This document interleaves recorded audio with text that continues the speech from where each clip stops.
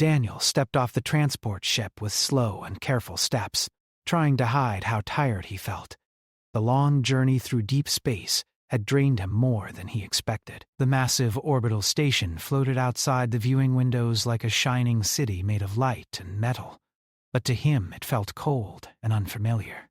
This was supposed to be a new beginning for humanity among the stars, yet for Daniel, it felt like the end of something important.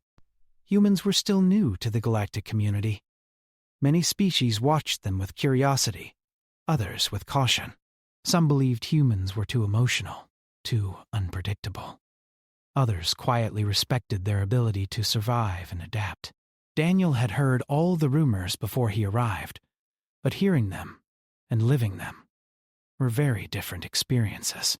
The arrival hall was wide and full of movement. Tall beings with glowing skin walked beside smaller creatures with wings that shimmered like glass. Machines floated silently above the crowd, scanning travelers. Languages he did not understand echoed around him, mixed with flashes of color and unfamiliar scents. Daniel adjusted the small bag over his shoulder and tried to focus on one step at a time. He checked his communicator again, even though he already knew what it would show. The message from the human embassy had not changed. The diplomatic program that brought him here had been suspended due to political tensions. Funding was gone. Housing was canceled. Support withdrawn. The words felt heavy every time he read them. He had nowhere to stay. At first, he tried to remain calm. Humans were good at problem solving, and he had faced difficult situations before. He searched for public accommodations, but most areas required special permits or sponsorship. The station followed strict rules to maintain order among hundreds of species. Without official backing, he was just another outsider. As he walked through a long corridor filled with glowing symbols, he noticed how others looked at him. Some stared openly, curious about the human.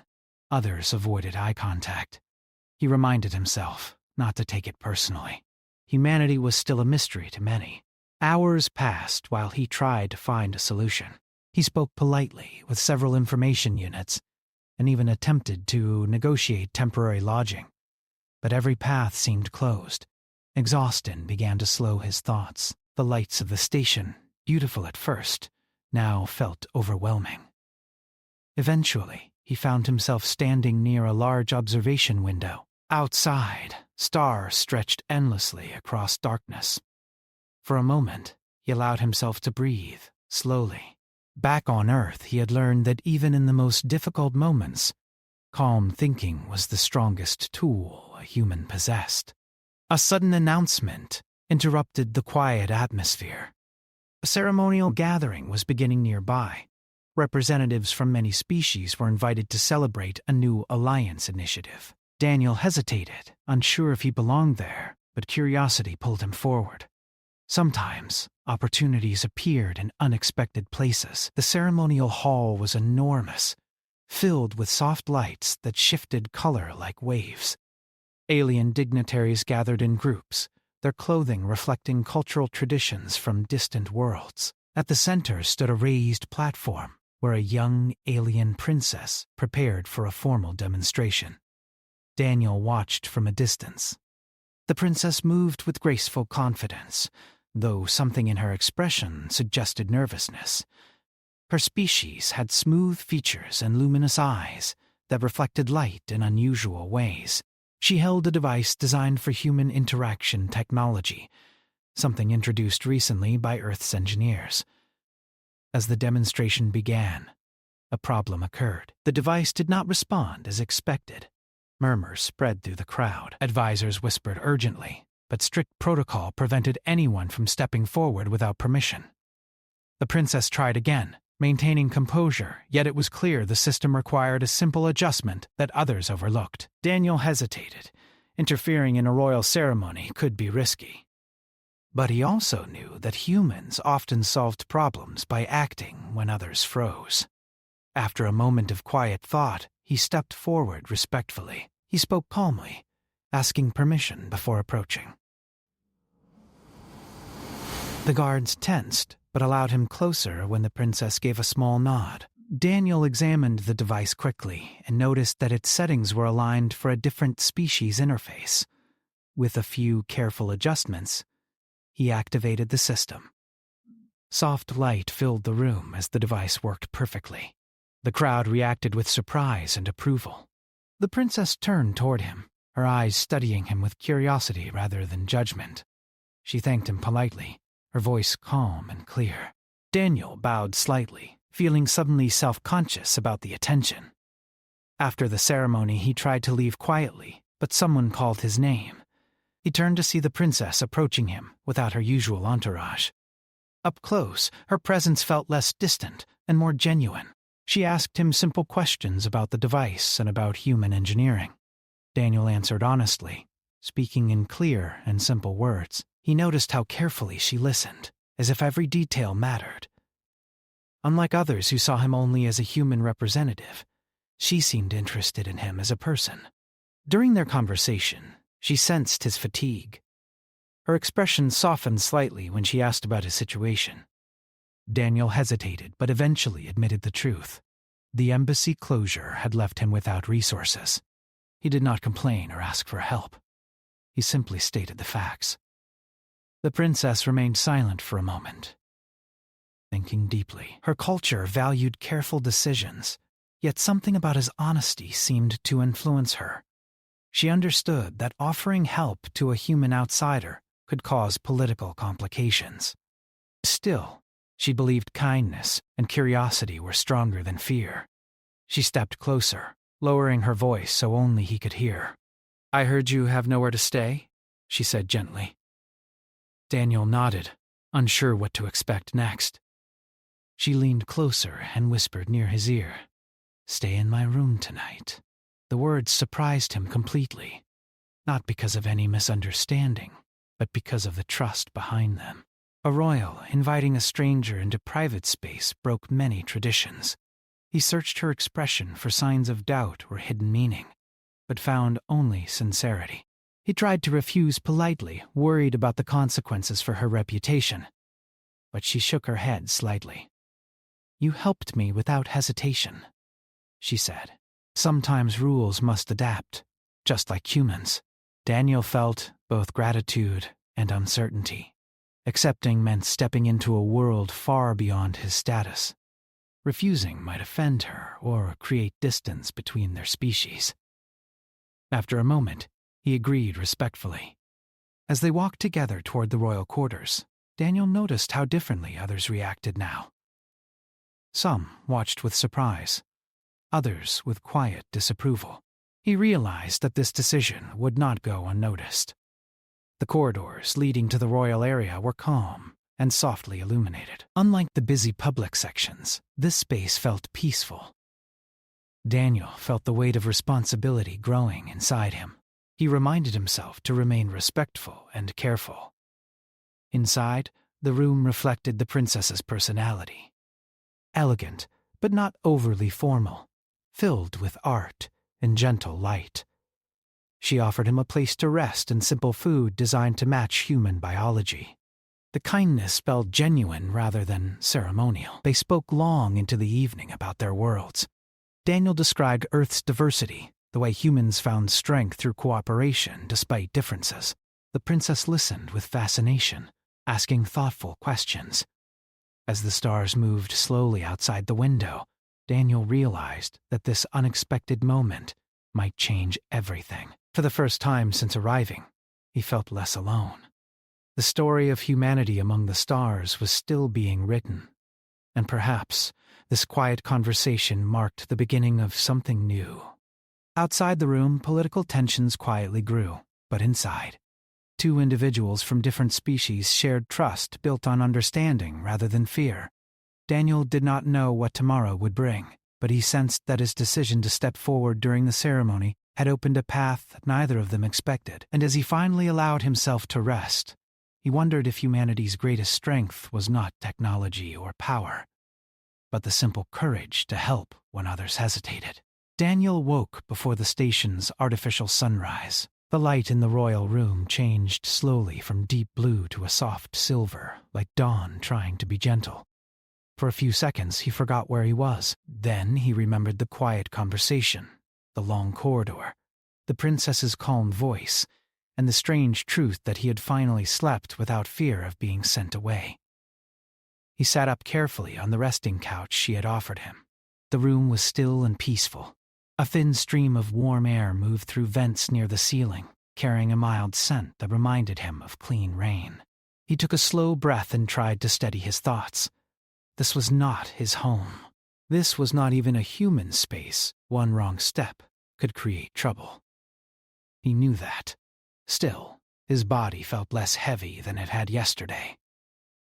The door opened with a soft sound. Princess Lyra entered. Not surrounded by guards or advisors, but alone. She held a small tray with food designed for human biology. It looked simple, almost like a plain meal from Earth, which made Daniel feel strangely cared for. "You rest well?" she asked in a calm tone. "Yes," Daniel said. He kept his voice respectful. "Thank you. I didn't expect any of this." Lyra's eyes reflected the changing light, making them look like shallow oceans. "You were tired," she said, "and you were honest." That matters to me. Daniel stood. He did not want to look like someone taking advantage of her kindness. He accepted the tray carefully and placed it on a small table. I don't want to bring trouble to you, he said. If people see me coming from here, they already saw, Lyra replied, not harshly, just matter of fact. Some will talk, some will exaggerate. That is what people do when they fear change. Daniel paused. Fear, change. That sounded familiar. Back on Earth, fear had shaped history too. The more different something looked, the more people pushed against it. He had hoped the galaxy would be more advanced than that, but maybe progress and emotion were always connected. Lyra sat at the far side of the room, keeping a respectful distance. "You did something last night?" she said. "You helped in public without being asked?" Why? Daniel thought for a moment. Because it was a simple problem, he said. And because it felt wrong to watch someone struggle when I could fix it. Lyra nodded, slowly. Many here see rules as stronger than people. They believe order is the highest value. But there is another kind of strength. The strength to act when action is needed. Daniel ate a little, careful not to rush. The food was plain but warm. He felt the station in the background, like a giant machine, never sleeping. Far away, engines hummed. Somewhere beyond the walls, thousands of lives moved through their routines. Lyra stood again. I have duties, she said, but I will not leave you without direction. I will arrange a temporary status for you. Not as a prisoner, not as a servant, as a guest. Daniel's shoulders relaxed slightly. That would help, he admitted. It will cause questions, Lyra continued. But questions are better than silence. Silence hides danger. Daniel looked at her. Danger? Lyra's expression tightened just a little, like she was choosing her words carefully. The station is stable, she said, but stability does not mean safety. There are groups who do not want humans to gain trust here. They think your people will disrupt the balance. Daniel understood. Humans were always seen as a force that changed things. Sometimes that was good. Sometimes it scared others. Lyra moved to a console on the wall and touched a glowing symbol. A small panel opened, revealing a station map and schedule. She pointed to a section marked with restricted access. I want you to stay in my wing during the day until I speak with my advisors. After that, I will escort you to a council liaison office. If you were outside alone, someone might try to provoke a situation. Daniel frowned. Why me? Lyra met his eyes. Because you are visible. Because you are human. and because you already showed that you can influence people without even trying. Daniel felt a quiet weight settle in his chest. He had not come to be a symbol. He had come to do his job and represent his people properly. But the galaxy did not care about his plans. The galaxy cared about stories, and his story had started to spread. Soon after, an attendant arrived, silent and professional. They brought Daniel a simple identification band that marked him as a temporary guest under royal protection. The band was light and cool, and it locked with a soft click. It did not feel like a chain, but it reminded him that his freedom depended on Lyra's protection. As Lyra left for her duties, Daniel remained in the room and tried to decide what to do. He could wait, as she asked. That would be safest. But his mind kept returning to the same thought. He could not rely on someone else forever. Humans survived by adapting, not by hiding. He studied the station map. The systems here were advanced, but the logic behind them was still logic. Energy flows, network links, maintenance routes.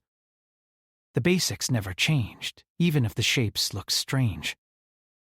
After some time, a soft chime sounded. A message appeared on the wall display, translated into simple human language. It was from Lyra. It instructed him to come to a small lounge in her wing.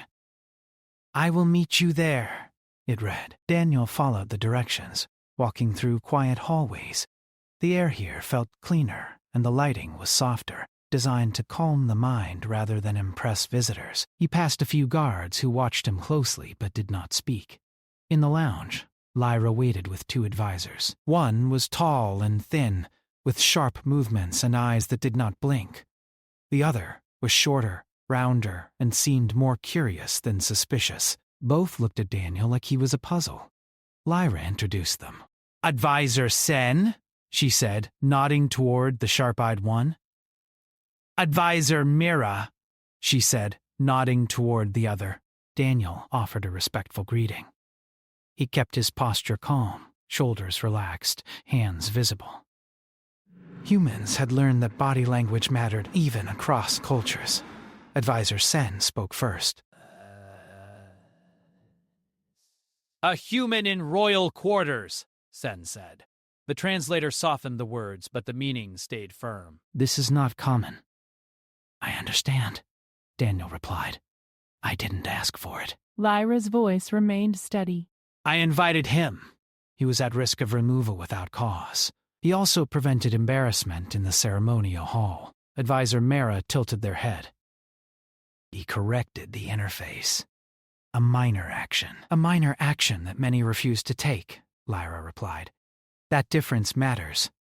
Advisor Sen stepped closer. "Princess, your compassion is known, but compassion can be used against you."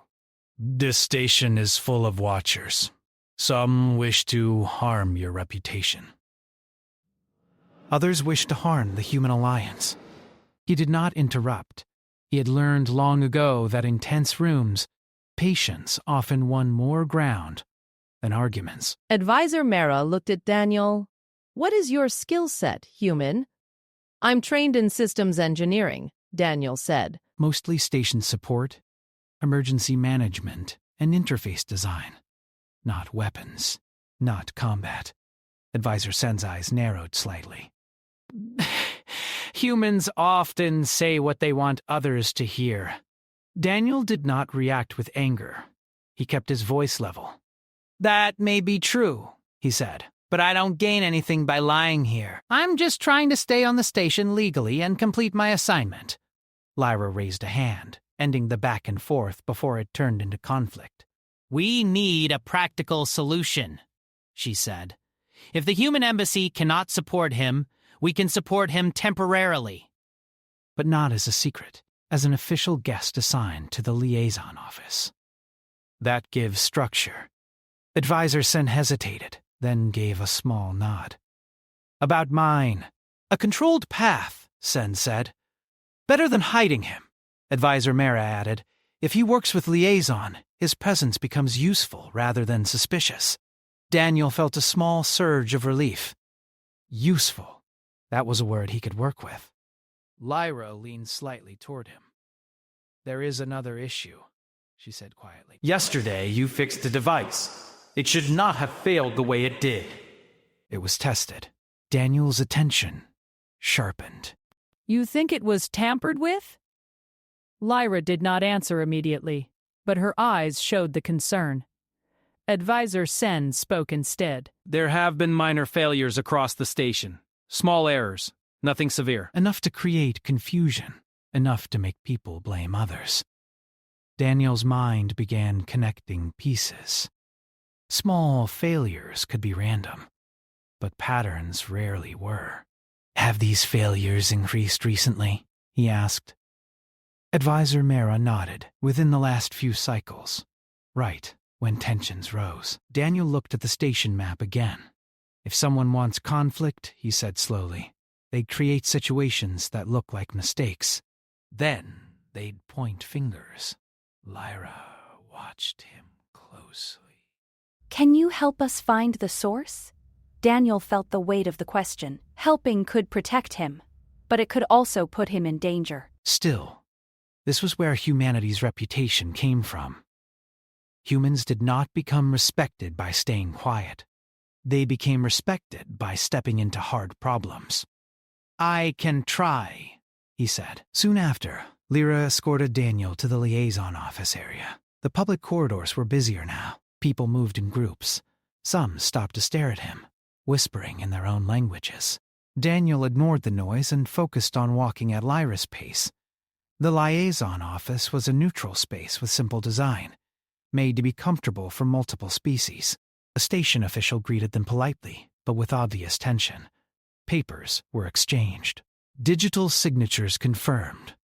Daniel was registered as a temporary advisor under royal sponsorship. The official gave Daniel a small workspace and access to limited station logs. "Only limited," the official warned. "This is sensitive." Daniel nodded. "Limited is enough to start Daniel." Lyra stayed only a short time, but before leaving, she spoke softly to Daniel. "You are not alone here," she said, "but be careful." Some will try to make you look like a threat. Do not give them easy reasons. Daniel understood. "I'll keep things clean," he said. "Facts only." When Lyra left, Daniel sat at the console and began reading the logs. The system interface was different from Earth's, but he quickly found patterns. Each reported failure looked small on its own. A power spike in one corridor, a sensor delay in another, a docking clamp that paused too long before locking. None caused harm, but the timing was too neat. He pulled up a station layout and marked each failure location. A pattern emerged, like a faint line running through the station, linking key public areas where many species gathered. If someone wanted rumors to spread, those were perfect places. Daniel leaned back and rubbed his eyes. "Not random," he murmured. He requested more data through proper channels, careful not to cross access limits. He focused on maintenance reports.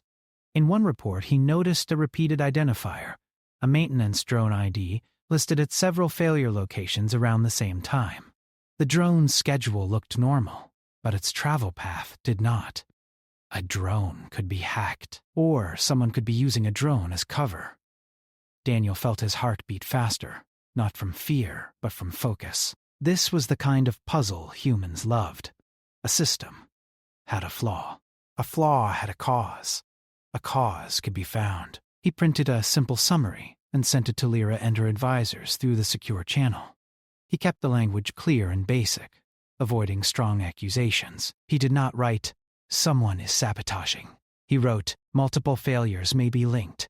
Recommend investigating maintenance drone ID and access logs." Minutes later, a reply arrived. "Understood. Meet in private corridor near liaison at third cycle." Daniel exhaled slowly. He had just stepped into something bigger than his housing problem. But he also felt something else. A quiet, human confidence. Even in an alien station, problems followed rules. Humans were excellent at learning rules and then finding the gaps. As he waited, a group of station workers walked past his workspace. One of them glanced at him with dislike. Another looked away quickly. Daniel pretended not to notice, but he stored the memory. When fear grew, faces changed. And when faces changed, conflict followed. At the third cycle, Daniel walked to the private corridor. Lyra was there with Advisor Sen. Advisor Mara was not present, which made Daniel uneasy. Lyra's expression was calm, but her shoulders were slightly tense. Good work, Lyra said. You found a pattern quickly. It's only a start, Daniel said. But if the same drone appears near multiple failures, it should be checked. Advisor Sen gave a small nod. We already began. The drone's internal log was wiped. That is not standard. Daniel's stomach tightened, so someone cleaned tracks. Lyra looked at him. This is why I said silence hides danger, she said. Someone is trying to create fear. Fear makes people simple. It makes them choose sides. Daniel thought of Earth history again. Fear had started wars. Fear had destroyed peace talks. Fear was easy to sell. What do we do next? Daniel asked. Advisor Sen answered. We need proof. Without proof, accusations will become political weapons. Daniel nodded. Then we need to set a trap, he said carefully. Not a dangerous trap. A logic trap. Create a system change that looks like an opportunity to cause another failure. Then watch who touches it. Lyra's eyes narrowed thoughtfully. You mean a controlled weak point? Yes, Daniel said. Only visible to people with certain access. If someone tries to use it, we catch the signature. Advisor Sen studied him. You are confident for someone with no allies here. Daniel met Sen's gaze calmly. Humans often don't have allies at the start, he said. We survive anyway. Lyra's expression softened for a moment, like she understood the meaning behind those words. Daniel did not say it for pride. He said it because it was true. Humanity had always been the newcomer in harsh places, and yet humans kept moving forward. Lyra gave a small nod. We will do it, she said, but we do it safely. Daniel agreed. Safety first, he said, and clear records. If we uncover the truth, it must be undeniable. As they walked back toward the liaison office, Daniel noticed more eyes watching them. Not curious eyes this time. Careful eyes. Measuring eyes, the kind that tried to read weakness. He did not flinch. He straightened his posture and kept his breathing steady. Because that was another human strength. When the world stared, humans learned to stare back without breaking. And somewhere deep in the station's hidden systems, someone was already moving again, planning the next small failure, hoping fear would grow. But now Daniel and Lyra were watching too. Daniel woke to the hum of the station. The artificial lights shifted slowly across the walls, marking the start of another cycle. He had slept poorly, his mind restless from the investigation he had begun with Lyra. Even in rest, his thoughts circled the drone patterns and system failures. Humanity had always thrived in uncertainty, and he now understood why. Problems revealed the strength of those willing to act. He dressed quickly and checked his workspace in the liaison office. Logs had already updated overnight, showing new system activity. The controlled weak point he had suggested the day before had been installed by the station engineers under Lyra's guidance. The setup looked subtle and harmless, an unusual spike in energy flows that would catch the attention of someone trying to sabotage the station again. Lyra arrived shortly after, walking down the corridor with calm purpose. She was dressed in her formal attire for the day, but her posture and presence suggested she had slept little, thinking about the same threat Daniel had. Her eyes, always attentive, immediately noticed the organized logs he had prepared. You were busy, she said softly. I couldn't sleep either, Daniel admitted. This is more than minor errors. Someone is testing the limits. Lyra nodded, and for a moment she said nothing. She seemed to calculate each word, You humans see patterns quickly, she said finally. Perhaps too quickly for some here to appreciate. But speed matters. Daniel smiled faintly. Speed without caution is dangerous, but understanding quickly and acting carefully, that's what we do. They spent the next hour reviewing access logs, system alerts, and movement patterns. The station's internal network was immense.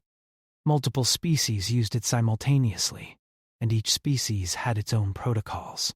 Daniel took the time to cross-reference access codes, timestamps, and minor maintenance reports. A strange consistency began to appear. The same maintenance drone ID appeared near several failed systems at almost the exact time each day. The log said the drone had operated normally, but the energy readings suggested otherwise. "This isn't random," Daniel said, pointing to the screen. Every failure happened near a critical path, areas where many species congregate. Whoever did this wanted to create visible chaos without causing real damage yet. "They are clever," she said. "They understand that fear spreads faster than truth." Daniel nodded. Exactly. And the fear isn't just about humans. "It's about control. If people believe the station can fail at any moment, they start blaming each other. Alliances break before the real cause is found. Your people survive in fear because they learn to act. Other species may freeze." "Yes," Daniel said, "and that's why we are underestimated." The next step, he realized, was to set the trap fully. He suggested a minor, visible anomaly in the system, an energy spike that would look like a failure to anyone monitoring the main network. Only those with specific access codes could trigger it. Anyone who tried would leave a trace. Lyra agreed and coordinated the plan with her advisors. Daniel supervised the implementation quietly, making adjustments for timing and precision. By the end of the cycle, the trap was in place. Later, Daniel and Lyra met in one of the quiet observation lounges. From the windows, the endless stars stretched across space, and the station glowed like a jewel. It was a beautiful sight, but both of them knew beauty often masked danger. "Do you think they'll take the bait?" Lyra asked. Daniel shrugged. They will try. Anyone creating repeated anomalies cannot resist opportunities. It's human nature, or alien nature in similar form. Greed, ambition, fear, they all push the same buttons. Lyra studied him. "I trust your judgment," she said. But I also see that trusting someone can be risky. Are humans always this bold? Daniel laughed softly. Some are. Others hesitate. We survive because those who hesitate learn to act when necessary. Today, that person is me. The conversation was interrupted by a sudden alert. The trap had been triggered. A drone moved near the programmed weak point, and the system recorded unusual access. Daniel quickly checked the logs. The trace was subtle, but it was enough to identify the operator. Lyra's eyes widened slightly. "Can you confirm it?" she asked. Daniel nodded. "Yes. The pattern matches the previous anomalies." Someone on the station is deliberately causing these failures. The news spread quickly, but discreetly. The console and station security began reviewing the evidence. Daniel and Lyra worked together to prepare a report, careful to avoid any accusations until proof was undeniable. They had learned that rushing could backfire, turning their discovery into political weaponry. The hours passed slowly. During quiet moments, Daniel observed Lyra more closely. She was not just a royal figure. She was intelligent, thoughtful, and cautious. She did not act rashly, but she did act when it mattered. The similarities between her and humans were striking. Curiosity paired with careful observation, a willingness to step forward in the face of uncertainty. As evening approached, another failure attempt was detected. The same operator tried to manipulate a secondary system using a different drone. Daniel and Lyra coordinated with the station's security, monitoring every movement. When the operator accessed the weak point, the system automatically recorded the signature. Daniel reviewed the data immediately. "This is it," he said. "We have a pattern, operator identity, and access details, enough to confront them safely." Lyra's expression was serious. "Good work." This may prevent chaos from spreading.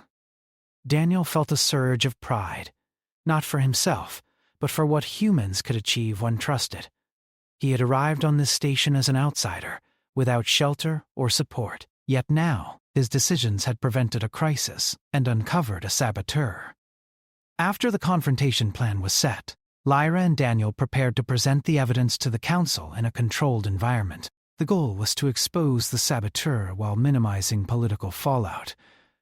Daniel reviewed the logs, checked the timing of the anomalies, and prepared a clear, simple report. Complexity would confuse the council. Clarity would win trust. He felt exhausted, but satisfied. Lyra was waiting, seated near the window. "You did well today," she said. "I could see many humans would have faltered." "But you acted decisively. I had guidance," he said. "You gave me direction and trust." "That makes a difference."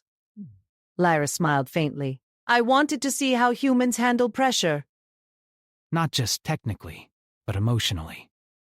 Daniel understood. Humans were often judged by actions under stress. Survival depended not only on skill, but on courage, adaptability, and calm thinking. The princess was testing him, in her way, to see if humanity could be relied upon. They spoke late into the night, sharing stories of survival, adaptation, and mistakes made in the past. Daniel described small Earth incidents, storms, fires, failed missions, and how people rebuilt and learned. Lyra listened intently, occasionally asking questions about human emotions, traditions, and decision-making. For Daniel, it was the first time he felt his species' qualities were truly understood by someone from another world. Humans were more than primitive or reckless outsiders. They were resilient, resourceful, and empathetic. Lyra's interest validated that truth. Sleep finally came late in the cycle. Daniel rested, knowing that the next day would bring more challenges. The operator's identity had been captured, but the political implications remained delicate. Allies and enemies alike were watching. Still, Daniel felt stronger. He was not just surviving, he was contributing. His choices and actions were meaningful. For the first time, being human among the stars felt less like vulnerability and more like potential.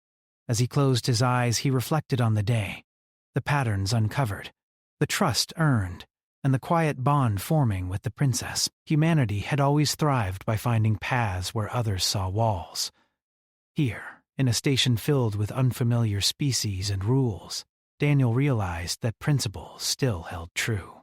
The galaxy was vast, unpredictable, and sometimes dangerous. But for the first time, he felt prepared, not because he had power, but because he had clarity, skill, and the trust of someone willing to see humans for what they could truly be. And somewhere in the station's network, the saboteur prepared the next move. But Daniel and Lyra were ready, together, as humans had always been, willing to step into challenges, adapt, and turn uncertainty into advantage. The next cycle began with tension in the air. Daniel woke to the hum of the station, feeling the weight of the previous day's discoveries pressing on him. The saboteur had been identified, but the council's session to confront the individual had not yet begun. Every step in the station now carried quiet scrutiny. Eyes followed him in corridors, sometimes openly, sometimes hidden in shadows. Daniel was no longer just a visitor. He was a participant in a delicate balance of trust, skill, and caution. Lyra entered his quarters early, moving with her usual grace. She did not need to speak to convey urgency. Her eyes, sharp and observant, already indicated the importance of the day. Daniel stood and greeted her calmly, hiding any trace of anxiety. Humans had always learned to control fear. It was a matter of survival. "We will meet the council soon," Lyra said. "This must be precise. There is no room for error. If the saboteur denies everything, We need undeniable proof. Daniel nodded. The logs, patterns, and weak point signature are ready. The operator cannot deny the evidence. Lyra's attention turned outward, toward the view of space. The Council is not only concerned with facts, she said, they are concerned with perception. Showing a human's involvement may provoke some delegates. Others will respect it. We must manage both carefully. The station's political dynamics were as complex as any human government, but with far more species, cultures, and rules. Missteps could escalate tension and endanger not only him, but the fragile alliances forming across the galaxy. The council chamber was enormous. Tall ceilings reflected soft light, making the room seem even larger than it was. Species from multiple worlds filled the benches. Some stared openly. Others whispered in low tones. Daniel noticed that several delegates glanced at him and then looked away, their expressions a mixture of curiosity and concern. Lyra led him to the central area. She introduced him simply. "This human has helped identify repeated anomalies affecting station systems," she said. "His analysis is accurate, and the patterns cannot be ignored." The saboteur, a maintenance officer from a minor species, shifted uneasily in their seat. Their calm demeanor was cracking, tiny gestures betraying stress. Daniel observed carefully. Humans were trained to read body language, even from a distance. The saboteur's hesitation confirmed his suspicions. The evidence would hold. Daniel stepped forward to explain his findings. He spoke clearly, deliberately, using simple language. He described the patterns, the anomalies, the drone's repeated presence near critical systems, and the controlled weak point used to identify the operator. His voice remained calm and authoritative. He avoided speculation, stating only facts. Several delegates whispered to each other, impressed by the clarity of his report. Lyra watched quietly, her posture poised but supportive. Daniel had expected tension, but not immediate acknowledgement. Humans had long relied on logic and truth to influence skeptical audiences. Here, in the Council, that approach began to work. The saboteur tried to interject, claiming that the system failures were coincidental. Daniel remained patient. "If it is coincidence," he said evenly, "why did the same maintenance drone appear near every failure? Why were the anomalies corrected only when the drone accessed the weak point? Coincidence cannot explain that level of precision."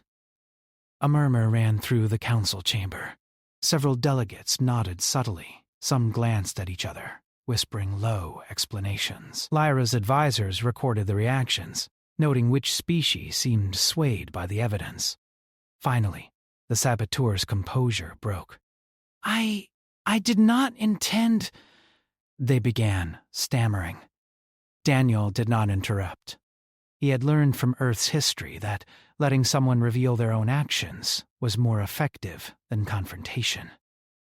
The saboteur continued, faltering, until they admitted to deliberately creating minor failures to provoke distrust among species. The council listened intently, absorbing every detail. Lyra rose, her voice calm but firm. This demonstrates the danger of fear and misdirection. Allowing doubt to spread without evidence can destabilize entire systems. Thanks to careful observation and collaboration, we now prevent further harm. The council deliberated quietly for some time, reviewing logs and signatures. The decision was unanimous. The saboteur would be removed from duty and monitored for future compliance. The council also recognized the value of Daniel's analysis. Several delegates publicly commended his work, acknowledging the contribution of humans to the station's stability. Daniel felt a quiet pride, though he kept his posture neutral. Recognition was satisfying, but it was the outcome, the safety of the station, the prevention of fear, that mattered most. Humans had always acted for outcomes rather than applause. That principle had once again proven its worth. Later, In a private observation lounge, Lyra approached him. She did not speak immediately, letting the soft light of the stars fill the silence. "You have done more than identify a saboteur," she said finally. You have earned trust, not just mine, but the station's. I only followed facts. The rest is the system working as it should. Lyra smiled faintly. Fact-finding is rare.